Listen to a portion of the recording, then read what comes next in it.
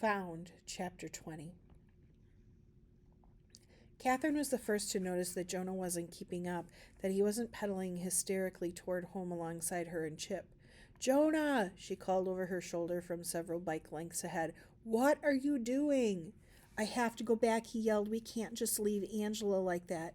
"But she's a grown-up. She told us to go." This was Chip arguing now. Jonah decided he didn't have time to stand there and argue. He whirled around and began pedaling back toward the library, just as desperately as he'd been pedaling away from it. Grown-ups can get kidnapped too, he thought, and she's a little nutty. She'd probably trust anyone who pretended to believe her crazy theories.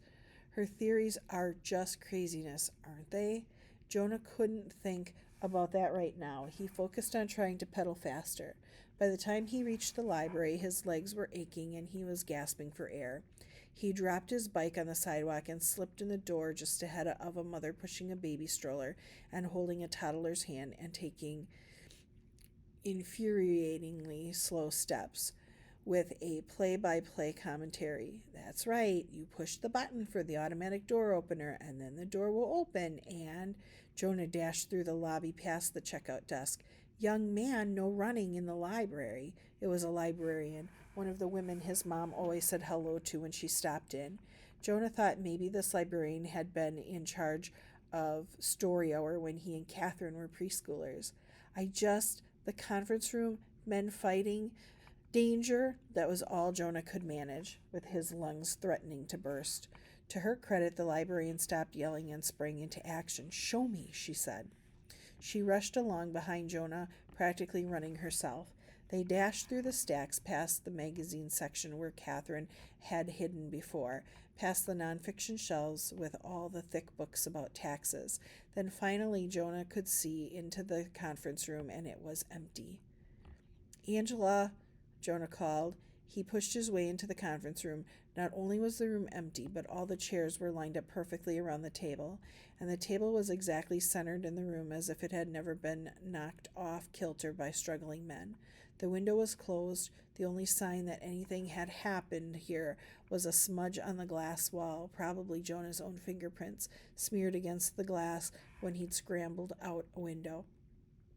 "Just what do you think was going on in here?" the librarian asked. She had her eyebrows raised doubtfully.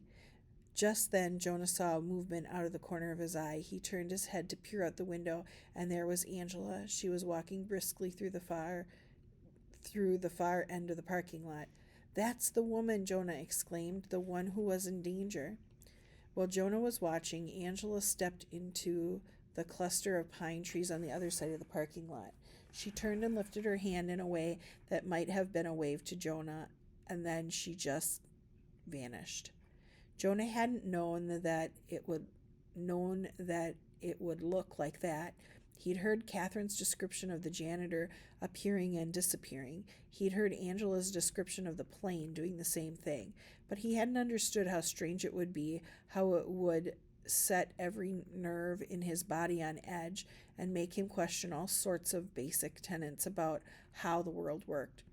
Could gravity be tampered with too? Could time?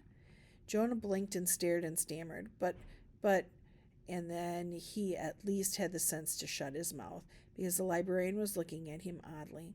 Already his brain was trying to supply explanations for him.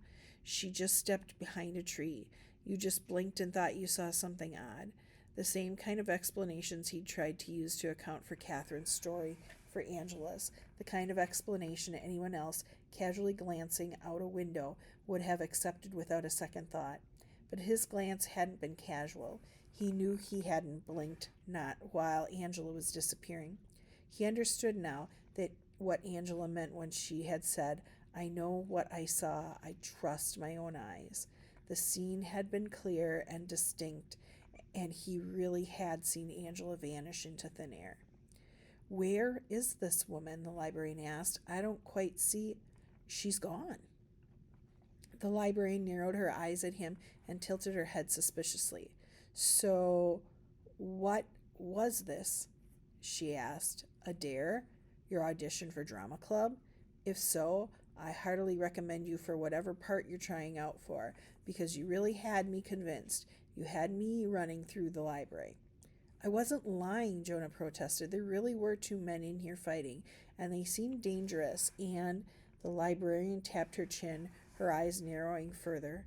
How did you see what was going on in the conference room before you ran in the front door? She asked.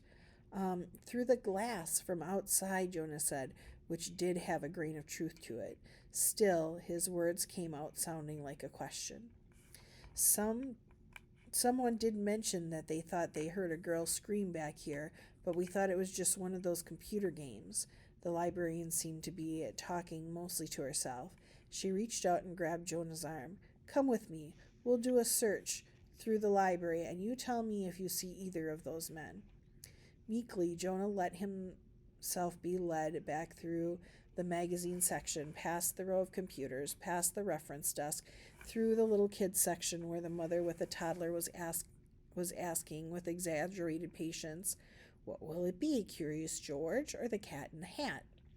In the young adult section, some kids from school were playing on the computers, and they pointed and giggled when they saw Jonah being paraded around, his arms trapped in the librarian's grip.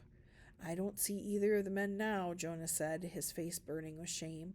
He just wanted to get out of the library, away from the librarian. He could see Chip and Catherine standing hesitantly by the front door, as if they weren't sure if they needed to come and rescue him or not. The librarian let go of his arm. I think you did see something, she muttered. You really were looking carefully for those men. And Jonah had been. Even when the kids from school had been laughing at him, he made sure that he peered down every aisle between the bookshelves, every nook of the little kid reading area. The men were nowhere in sight. Oh, well, Jonah said, trying very hard to keep his voice from shaking. Nothing's wrong now. Can I just go? The librarian regarded him thoughtfully. Go on, then, she said.